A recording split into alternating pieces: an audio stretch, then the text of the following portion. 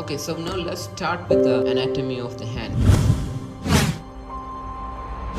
Different muscles are coming: flexor digitorum profundus and flexor digitorum superficialis. So what is the action of profundus? Profundus is going deep. So what is the action of profundus? Profundus, this action, only the distal phalanx it is flexing. This is the flexor digitorum profundus action. Now blue line here, it is the flexor digitorum profundus. Now if dividing into two small slippers, these are the flexor digitorum superficialis. So flexor digitorum superficialis is actually attaching to the middle phalanx around this region. So this distal phalanx, middle phalanx and the proximal phalanx. Flexor digitorum superficialis red color coming and attaching to the middle phalanx. Now what is the function? Actually you can extend all other fingers and ask the patient to do this thing. So this is the flexor digitorum superficialis working. This is the flexor digitorum superficialis. Flexor digitorum profundus giving attached to DIP end. So that is the flexor digitorum profundus. The digitorum superficialis giving to the middle phalanx, which is flexing the middle phalanx profundus. This is the action of the flexor digitorum superficialis. So you understand, right? This is flexor digitorum superficialis, flexor digitorum profundus. And if you see this flexor digitorum profundus, which is a blue color, actually travel below the flexor digitorum superficialis only. And if you see, it is exiting out of that flexor digitorum superficialis between two slip. It is divided into two slip and exiting out and attaching to the DIP. In the this tendon that is going, that is the FDP tendon going to the distal phalanx. See, it is going to the distal phalanx. And if this is dividing into two split, this is the FDS that is attaching to the proximal phalanx. So this is the FDS that is attaching to the proximal phalanx. This is the FDP, digital profundus, that is attaching to the distal phalanx, right? And this area where it exit, it is called Camber's chiasm. This place where the tendon existing is called, this place where the deep tendon exit out of the FDS is called Camber's chiasm. This area is the Camber's chiasm. And if we can see this, actually this FDP is going under the FDS tendon. So this is the FDS tendon, below that is the flexor digitorum profundus. So I will remove this FDS now. Now you can see only FDP, flexor digitorum profundus. This is the flexor digitorum profundus going to the distal fingers. And then there is different cruciate ligaments are there. What is the function of the cruciate ligaments? It is basically to make sure these tendons of the muscles are maintaining in the correct position. It should not, when you flex and all, it should not come out, right? So basically it is making sure these tendon will stay there. And now let's look at cruciate ligaments of the tendon. So there is this area, this is the A1 proximal phalanx. In this area there is A2, then there is A3, then A4 and A5. So the A1 pulley is in the MCP area, A2 is in the proximal phalanx, A3 in the proximal phalanx, A4 in the middle phalanx, A5 in the distal phalanx. Making sure that when you flex, tendon won't go up. These ligaments make sure the tendons are held in the right position. There is cruciate ligaments. So three cruciate ligaments are there. That is C1, C2 and C3. C1, C2 and C3. See the cruciate pulleys also. Three cruciate pulleys, 1, 2, 3. C1, C2 and C3. Three cruciate pulleys.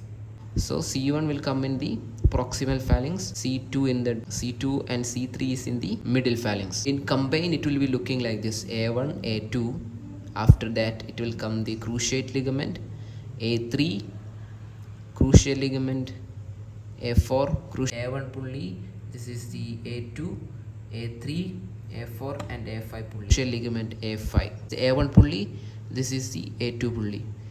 A1 pulley, A2 pulley. And if you see this muscle, this black is actually one muscle called adductor pollicis. Adductor pollicis coming from the third metatarsal. This is the third metatarsal. This is the first metatarsal, second, third. if from the third metatarsal, adductor pulse is coming and actually forming one pulley is A2, and this is the oblique. A1, A2 and oblique.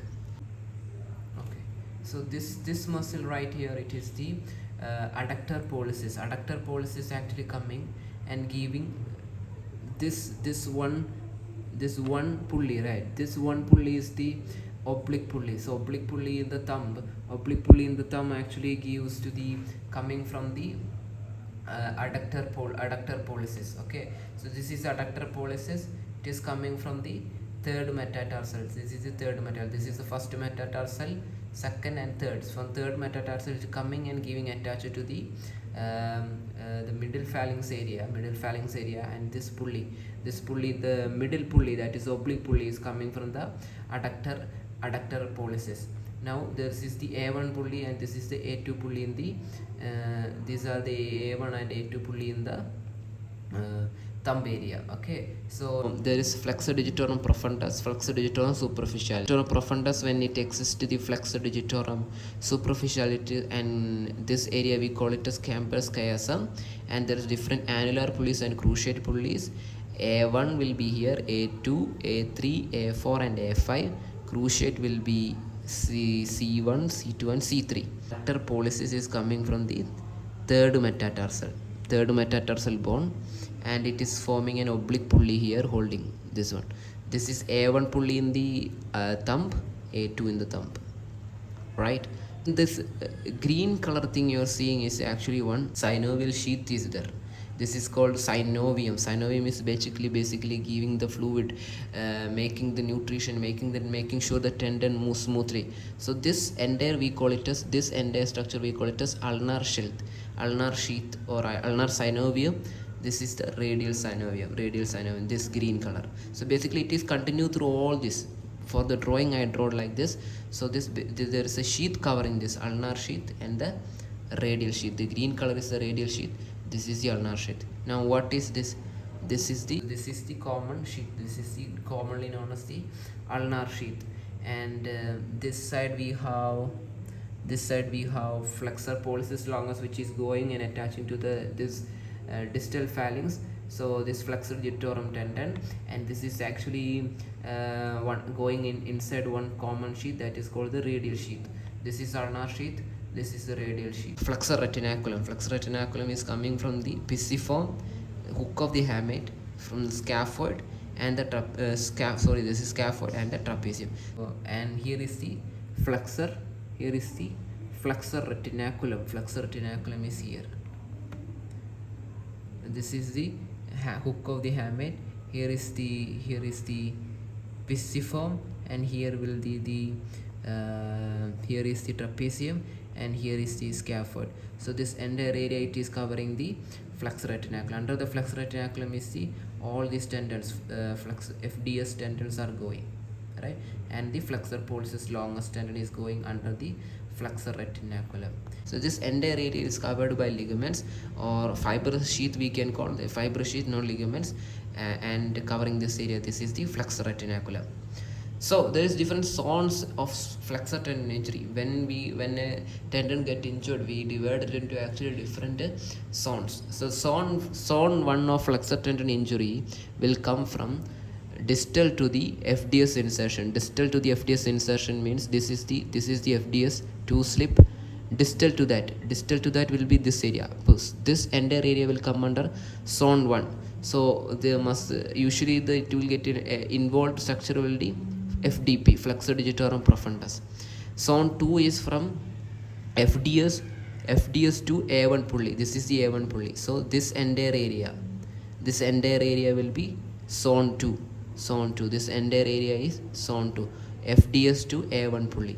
Zone 3 of flexor tendon injury is from A1 pulley to flexor retinaculum. This is the flexor retinaculum. So this entire area is involved in the zone 3. This is the flexor retinaculum, A1 pulley to flexor retinaculum. Zone 4 is this entire flexor retinaculum area. So carpal tunnel will actually come in this area. Under the flexor retinaculum is only the carpal tunnel. This is the A4.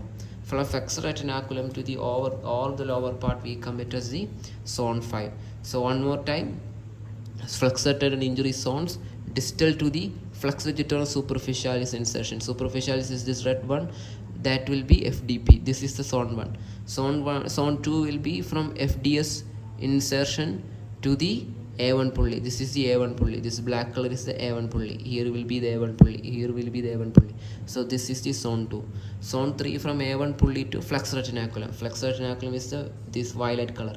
So A1 pulley to the flexor retinaculum is zone 3. This zone 4 is this flexor retinaculum. Zone 5 is below the flexor retinaculum. These are the different zones of the flexor tendon injury.